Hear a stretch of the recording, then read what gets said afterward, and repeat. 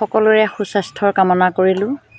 লগতে আৰু দুদিনৰ পিছত গণৰাজ্য দিৱসলৈ সকলোকে ভাৰতবৰ্ষৰ নাগৰিক বীৰ শ্বহীদ সকলোলৈকে মোৰ সহস্ৰ কোটি প্ৰণাম জনাই আজি মই অন্য এটা ভিডিঅ'লৈ আপোনালোকক স্বাগতম জনাইছোঁ।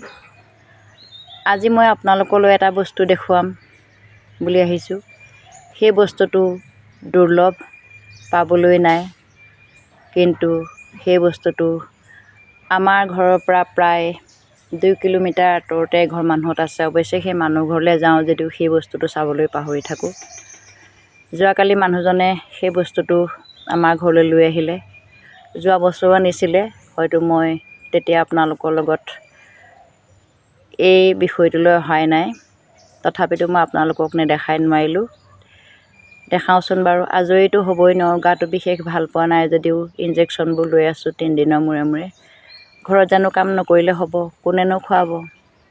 বয়স যিমানেই বাঢ়ি আছে গৈ আছে সিমানেই কাম বেছি হৈ গৈ আছে ঘৰত।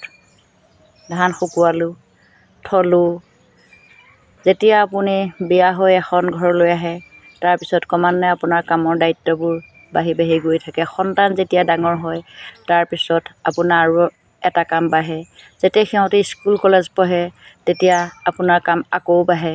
টিফিন বনাই দিয়াৰ পৰা উলিয়াই পঠিওৱালৈকে, গেটত খুলি দিয়া, গেট আকৌ বন্ধ কৰা ইত্যাদি ইত্যাদি কাম। সেই কামৰ কিনো আপোনালোকক সদায় কৰি থাকিম।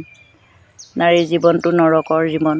এই জীৱনত মৃত্যুৰ আগমুহূৰ্তলৈকে সকলো মাইকী মানুহে কাম কৰি খাব লাগে। তথাপিতো মই ব্যতিক্ৰম। মোৰ কি জানে, আচলতে ক'বলগীয়া কথা নহয়, এইবিলাক ভিতৰুৱা ঘৰুৱা কথা।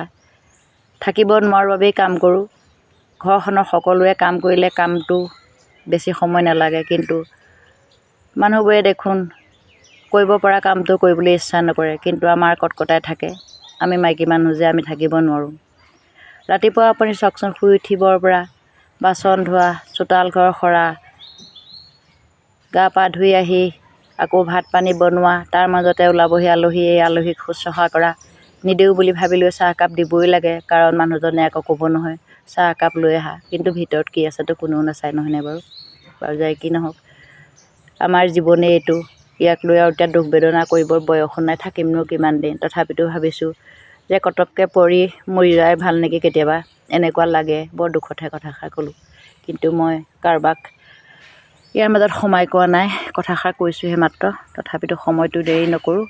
মাৰ শ্ৰাদ্ধ আজি প্ৰথম বছৰেকীয়া শ্ৰাদ্ধ পৰিছে, তালৈ যাব লাগে। ওচৰতে কাৰণে বাৰু সিমান দিগদাৰী নাই, পটককৈ যাব পাৰিম। মালিক নাই, মালিক গ'ল আপোনাৰ পিকনিক খাবলৈ। শাহুৱেকৰ শ্ৰাদ্ধত মই যাব লাগিব। মইতো মোৰ জন্ম দিয়া মা নহয় জানো, মইনো কাৰোবাকতো বাধা দিব নোৱাৰোঁ ন। বহুত দিনৰ আগতে প্লেন পাতি থোৱা আছে, যাবই আৰু দিয়কচোন। লগৰ ষ্টাফৰ মানুহ গৈছে। বাৰু, আপোনালোকক যে সেই দুৰ্লভ বস্তুটোৰ কথা ক'লোঁ, সেই দুৰ্লভ বস্তুটো শিৱসাগৰ বকতাত পায়। বৰ ছাছপেঞ্চত নাৰাখোঁ, কথাটো কৈ দিওঁ। এইটো চাওক, আপোনালোকক দেখাই দিছোঁ। এইটো কি বাৰু? এইটো খাবলৈ বোলে বৰ কঠুৱা বুলি কৈছে, বাৰু বনোৱা নাই। মই বনামহে। আগত বনাইছিলোঁ যদিও পাহৰি থাকিলোঁ। আৰু এনেকুৱা দুটা আনিছিলে, লগতে দুটা পুলিও আনিছে। ৰুই থওঁ, খাবলৈ পাম নাপাম ক'ব নোৱাৰোঁ। বেমাৰৰ যিহে লক্ষণ দেখা দিছে, আকৌ যাওঁগৈ নেকি ইপাৰলৈ। তাৰ মাজতে আপোনাক এইটো দেখাইছোঁ চাওক। এইটো কি বাৰু? এইটো একেটা বস্তুৱে নহয় জানো? এইটো এটা বস্তু হৈছে পকা, ইয়াত গুটি আছে। এই গুটিখিনিও মই পচাম, মানে কৈছোঁ নহয়, প্ৰতিটো বস্তুৱে মই পচাওঁ। বনভিটা এজোপা আছিলে, বহুত ডাঙৰ ডাঙৰ হৈ গ'ল, কাটি পেলালোঁ, বৰ ওখ হৈ গ'ল। এতিয়া বনভিটা পুলি ৰুইছোঁ। মিঠা আম কেতিয়াবা খাবলৈ আহিলে তাৰ দুটা পচাই থওঁ, গজে সেইটোও ৰুই থওঁ। এতিয়া আটাইতকৈ ডাঙৰ কামটো কৰিবলৈ আছে মোৰ। পাণ গছবোৰ মৰি যাব, এতিয়া পানীটো কম হৈছে।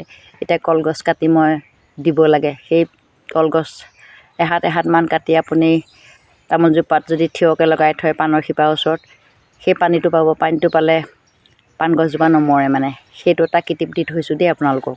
কেতিয়াবা আপোনালোকৰ যদি গাঁৱত ঘৰত বা আপোনালোকৰ পাণ গছ আছে, সেইটো কিন্তু কিটিপ দিলোঁ, সেই দৰৱটো আপোনালোকে দি থাকিব, তেতিয়া পাণ গছ নমৰে। বাৰু, এতিয়া এই বস্তুটোৰ কথা কৈ দিওঁ শুনক। এইটো হৈছে দুৰ্লভ বস্তুটো হৈছে বাখৰ বেঙেনা, কাঁইটীয়া। এইবোৰ চব বিৰাট কাঁইট আছে। এইটো কাঁইট মানে এইটো আপুনি পটককৈ হেৰি কৰিব নোৱাৰে। আৰু গৰু ছাগলীয়ে নাখায় যে মই পিৰালিতে ৰুই থৈছে 2টা পুলি। মই তাত পানী দুনি দি থৈ আহিছোঁ। আকৌ তেওঁ নাই যদিও আকৌ কৰ্মবোৰ কৰি থাকোঁ, তেতিয়াহে আকৌ ভাল পাব ন মানুহজনীয়ে কামকেইটা কৰিলে দেই। আজি গৰু বেচিলোঁ, দমৰা গৰুটো বেচি দিলোঁ, নহ'লে ইমান সময়ত মই গৰু চাবলৈ যাব লাগিলহেঁতেন। দানা নবনালে মোক ক'লে বোলে কবিপাত চবিপাত ভাতৰ মাৰ দালি চালি কিবা যদি থাকে সেইবোৰ বোলে গৰুজনীক দি দিবা, তেতিয়াহে গাখীৰ দিব ৰাতিপুৱালে। গাখীৰ বাৰু মই বৰকৈ নাখাওঁ, তথাপিতো অকণমান খাওঁ বাৰু। নাখাওঁ বুলি ক'লে আকৌ আপোনালোকে ক'ব যে উৱা ঘৰতে গাখীৰ আছে আপুনিনো নাখায়নে। এনেই দালুকি হোৱাৰ কাৰণেতো বেমাৰ হৈছে হয় নহয় মোৰ।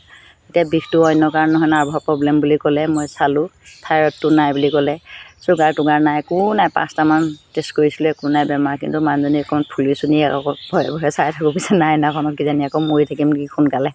বাৰু যি কি নহওক মই বিশেষ কথা নাপাতোঁ। আপোনালোকক এইটো হৈছে বাখৰ বেঙেনা। এই বাখৰ বেঙেনা মই পচাইছোঁ। যদি মোৰ চিনাকি কোনোবা আছে এই ভিডিঅ'টো চোৱা, আপোনালোকে গজিলে মই আপোনালোকলৈ আকৌ এদিন খবৰ দিম, আপোনালোকে নিশ্চয় আহিব। গতিকে যদি মোৰ এই ভিডিঅ'টো চাই আপোনালোকৰ ভাল লাগে, নিশ্চয় লাইক কৰিব, কমেণ্ট কৰিব, শ্বেয়াৰ কৰিব বুলি আশা কৰিলোঁ আৰু দেই।